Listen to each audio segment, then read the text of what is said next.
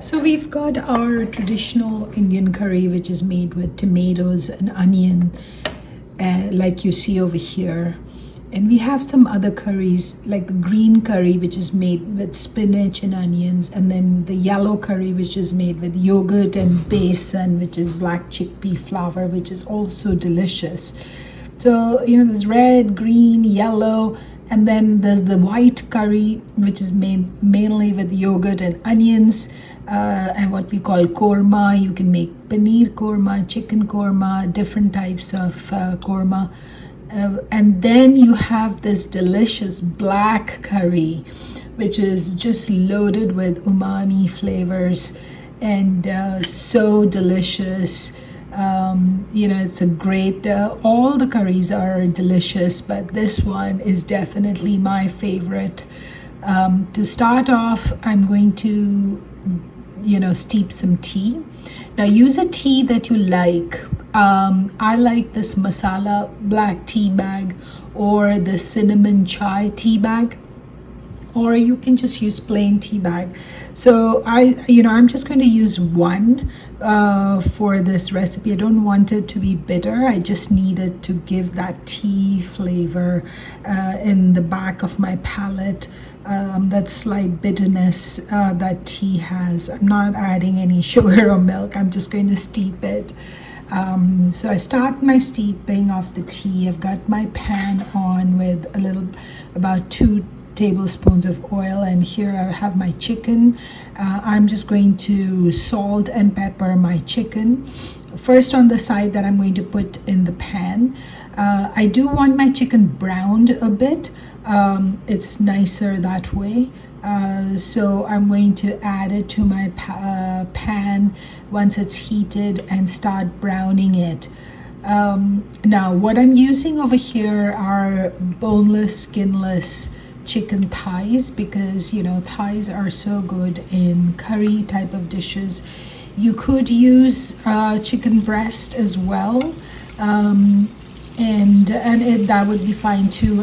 I just find that these boneless, skinless chicken thighs, they stand up well, and they have some enough fat content to be tasty in curry. So now I am I'm going to add salt and pepper to the other side.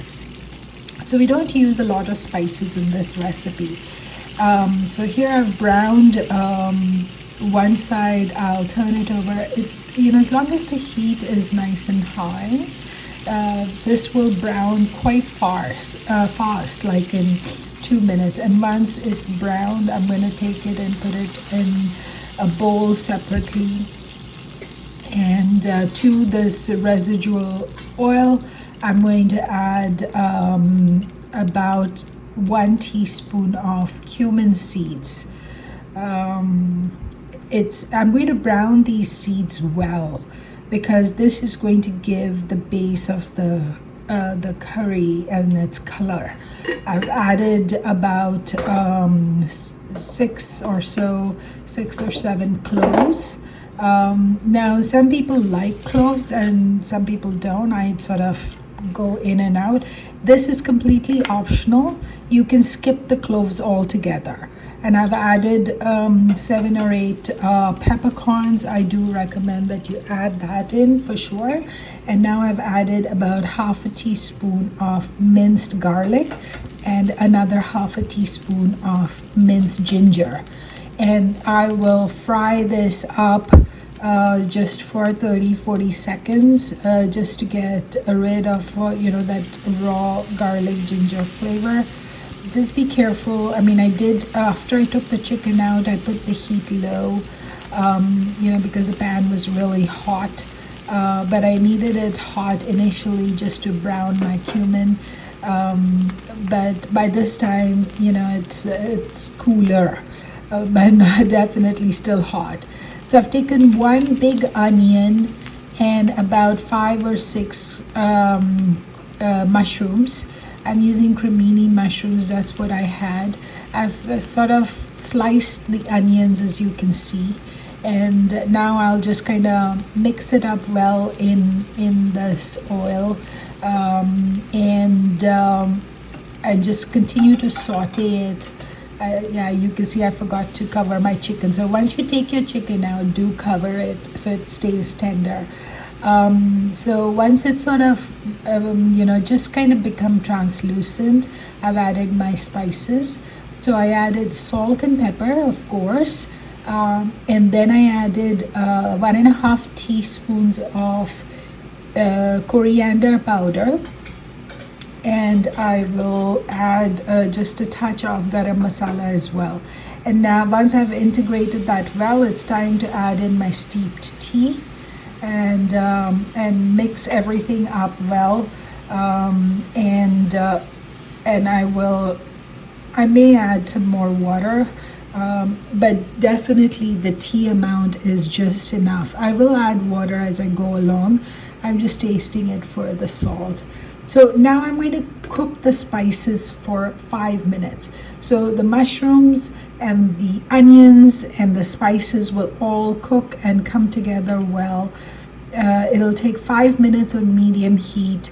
I just put a timer on, and you can see it looks, oh my God, I can just eat that.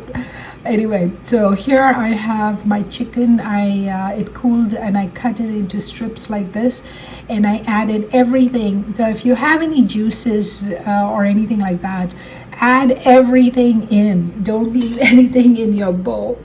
Everything goes in the pan. Okay, and here you can see I added a bit more water, and now I'm going to add some cinnamon. Here, this is powder cinnamon. I'm getting to the end of my bottle. I've added just half a teaspoon of powdered cinnamon. Because I'm adding cinnamon, I really don't need to add the cloves. The cinnamon will overpower the cloves anyway, but I wanted to add the cloves. And I didn't add any cardamoms or anything, because again, cardamoms are or elaichi is a very delicate flavor, and because I knew I was adding cinnamon, I really don't understand the point of adding everything, and when you know that this one spice is going to overwhelm the palate. So here I've added some fried onions. Again, this part is completely optional. You don't have to. I added just to add a nice flavor, and it thickens up the gravy and makes it all nice and creamy. And as you can see, the fried onions completely integrate into the gravy, and they are so delicious. Now you can eat this black curry chicken with roti. You can put it on a bun. It's excellent on a bun. I wouldn't recommend, I mean, you could have it with rice, but I don't know, I've never had it with rice, but you could. Personally, I think it tastes best on a bun, like almost like a sloppy joe. It's delicious. You know, those onions and mushrooms and the tea flavor, it works so well. So hope you try it and do enjoy. Thanks. Bye.